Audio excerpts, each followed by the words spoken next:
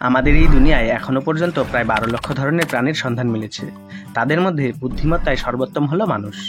মানুষের বুদ্ধির কাছে অন্য যে কোনো প্রাণী খুবই নগণ্য, তবে বুদ্ধিমত্তায় মানুষের পরে সবচেয়ে নিকটতম প্রাণী হিসেবে সাধারণভাবে শিম্পাঞ্জিকে ধরা হয়। এছাড়া বনবো, ডলফিন, হাতি এবং অর্কা নামের প্রাণীরাও বুদ্ধিমান প্রাণীর তালিকায় রয়েছে। তবে মানুষের সবচেয়ে ঘনিষ্ঠ আত্মীয় এবং বুদ্ধিতে সবচেয়ে কাছাকাছি রয়েছে শিম্পাঞ্জি।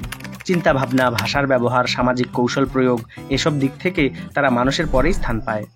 শিম্পাঞ্জিরা 3 থেকে 5 বছরের মানব শিশুর মতোই কাজ করতে পারে, তবে তাদের শেখার ক্ষমতা, সহযোগিতা, কৌশলী চিন্তা ও সীমিত ভাষা ব্যবহার প্রাণী জগতের অন্যান্য প্রাণীদের থেকে ব্যতিক্রমী করে তুলেছে। আজকের ভিডিওতে জানবো শিম্পাঞ্জিদের মধ্যে মানুষের মতো এমন কি মিল রয়েছে যার জন্য তাদেরকে মানুষের পরেই স্থান দেওয়া হয়েছে, এবং মানুষের সাথে শিম্পাঞ্জিদের কি বা অমিলই রয়েছে সেই বিষয়েও জানবো।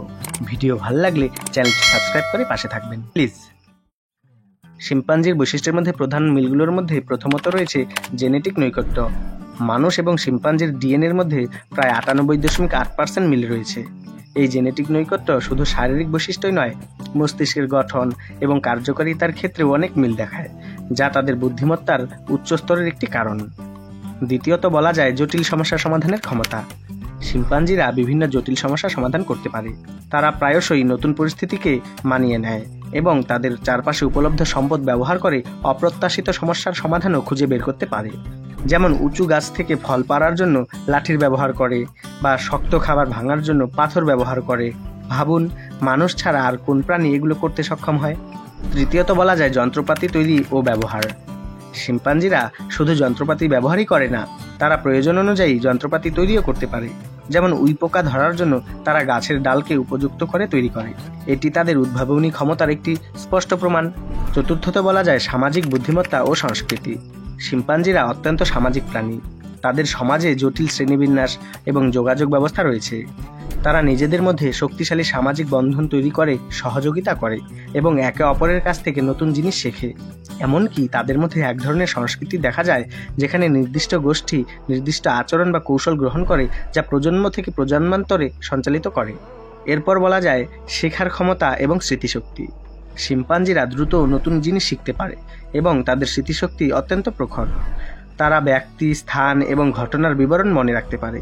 গবেষণায় দেখা গেছে কিছু শিম্পাঞ্জিকে সাংকেতিক ভাষা শেখানোর চেষ্টা করা হয়েছিল, যেখানে তারা সীমিত সাফল্যও দেখিয়েছে।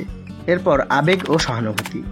মানুষের মতোই শিম্পাঞ্জিরা বিভিন্ন ধরনের জটিল আবেগ প্রকাশ করতে পারে, যেমন আনন্দ, দুঃখ, রাগ এবং ভয়। তারা একে অপরের প্রতি সহানুভূতি দেখায়, বিপদে পড়লে সাহায্য করতে এগিয়ে আসে, যা তাদের উচ্চতর বুদ্ধিমত্তার পরিচায়ক। এরপর বলা যায় আত্মসচেতনতা। কিছু গবেষণায় দেখা গেছে শিম্পাঞ্জিদের মধ্যে আত্মসচেতনতার কিছু প্রাথমিক লক্ষণ দেখা যায়, যা মানুষের বুদ্ধিমত্তার একটি গুরুত্বপূর্ণ অংশ। যেমন তারা আয়নায় নিজেদেরকে চিনতে পারে। যদিও শিম্পাঞ্জিদের বুদ্ধিমত্তা মানুষের মতো উন্নত নয়, তবুও তাদের মধ্যে এমন অনেক বৈশিষ্ট্য দেখা যায় যা তাদের অন্যান্য প্রাণী থেকে আলাদা করে এবং মানুষের বুদ্ধিমত্তার কাছাকাছি অবস্থানে রাখে। তবে মানুষের সঙ্গে শিম্পাঞ্জির বুদ্ধির ব্যবধানও কিন্তু কম নয়। এগুলো বিভিন্নভাবে আলোচনা করা যেতে পারে। যেমন মানব ও শিম্পাঞ্জিদের মধ্যে জিনগত পার্থক্য মাত্র 1.2%, অর্থাৎ 98.8% ডিএনএ এক, তবে কিছুটা পার্থক্য রয়েছে। কিন্তু এই ক্ষুদ্র পার্থক্যের মধ্যেই বিশাল বুদ্ধিমত্তার ফারাক তৈরি হয়। কিছু নির্দিষ্ট কাজে তারা পারদর্শী হলেও বিমূর্ত চিন্তা, ভাষা ও প্রযুক্তির দিক থেকে অনেক পিছিয়ে।